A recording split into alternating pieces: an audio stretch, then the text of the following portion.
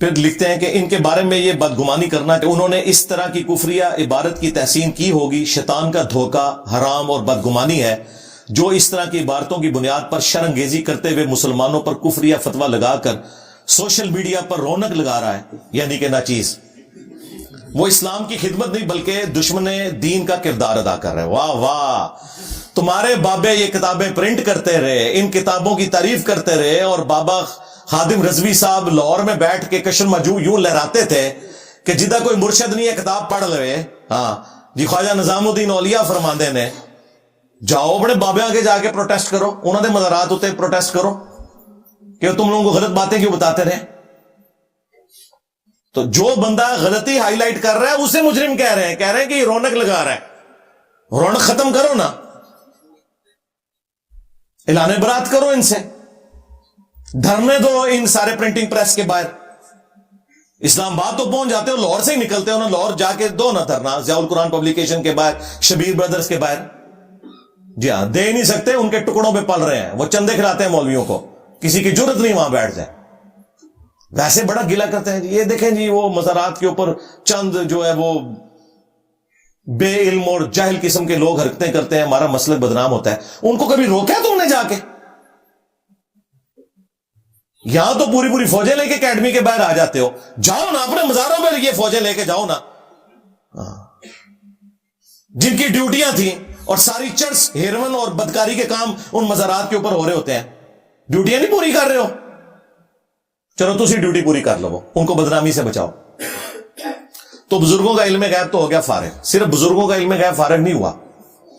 ایک اور خطرناک رزلٹ جو اس سے نکلتا ہے، کیونکہ میں نے ان کے موجودہ بزرگوں سے ثابت کیا ہے، چشتی رسول اللہ، ان کے دو اعلی حضرت ہیں،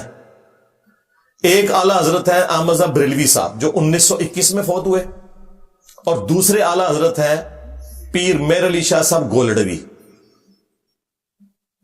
جو 1937 میں فوت ہوئے۔ یہ دونوں اعلی حضرت انہوں نے اپنی کتابوں میں چشتی رسول اللہ کو انڈورس کیا۔ کس طرح؟ اعلی حضرت نے فتاوی رضویہ میں ایک کتاب کی تعریف کی، 7 سنابل، اور یہ کہا کہ یہ رسول اللہ کی بارگاہ میں مقبول ہے، اس میں چشتی رسول اللہ نکل آیا۔ اگر اعلی حضرت کو پتا تھا کہ اس میں چشتی رسول اللہ ہے تو تعریف کیوں کی؟ اور دوسری بات،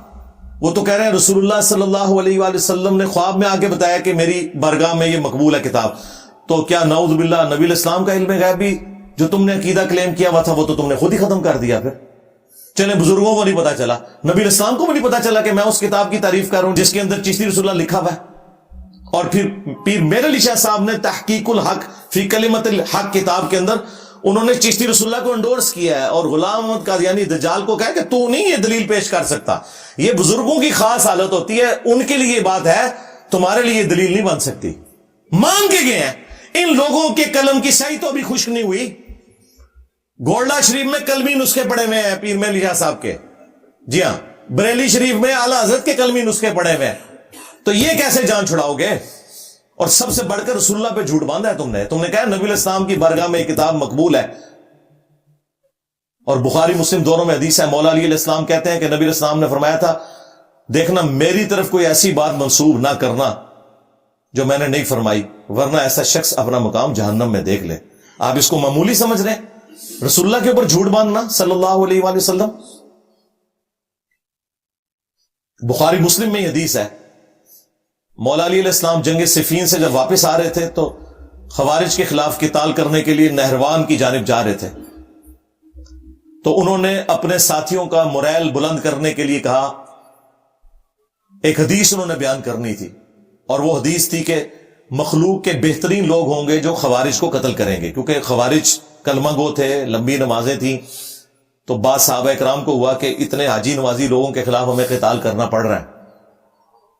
تو پھر مولا علی نے ان کو سمجھایا کہ بھئی اللہ کے نبی نے فرمایا تھا کہ تم اپنی نمازوں کو ان کے سامنے حقیر سمجھو گے، وہ قرآن پڑھیں گے لیکن حلق سے نیچے نہیں اترے گا۔ تو یہ حدیث بیان کرنے سے پہلے بخاری مسلم میں الفاظ ہیں کہ جنگ صفین سے واپسی پہ نہروان جاتے ہوئے مولا علی نے کہا کہ میں آسمان سے زمین پر گر پڑوں، مجھے یہ تو گوارا ہے، لیکن یہ گوارا نہیں کہ میں کوئی ایسی بات رسول اللہ کی طرف منسوب کروں جو میں نے خود اپنے کانوں سے نہ سنی ہو۔ اور پھر انہوں نے حدیث بیان کی کہ مخلوق کے بہترین لوگ ہوں گے جو خوارج کو قتل کریں گے.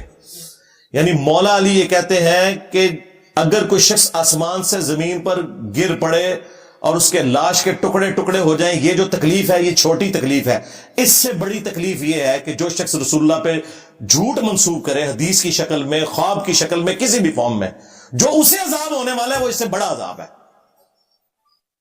تو اعلیٰ حضرت جب یہ فتاوی رضویہ میں لکھ رہے تھے کہ 7 سنابل کتاب رسول اللہ کی بارگاہ میں مقبول ہے، نبی الاسلام نے خواب میں زیارت کروائی ہے ایک بندے کو،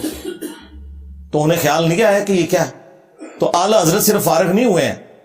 بلکہ وہ فتوے کی زد میں ہے کہ انہوں نے نبی اسلام کے اوپر بھی جھوٹ باندھا ہے اور نبی صلی اللہ علیہ وآلہ وسلم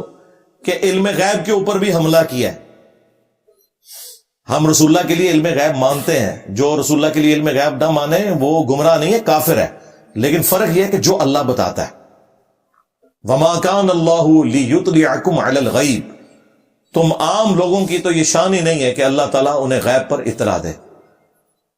وَلَٰكِنَّ اللَّهَ يَجْتَبِي مِن رُّسُلِهِ مَن يَشَاءُ، بلکہ اللہ تعالیٰ چاہتا ہے اپنے رسولوں میں سے جسے چاہے چن لیتا ہے، ان کے اوپر غیب کھولتا ہے، انہیں غیب کی خبریں دیتا ہے اور وہ آگے امتوں تک پہنچاتے ہیں. تو نبی اسلام کے اوپر بھی جھوٹ باندھا ہے.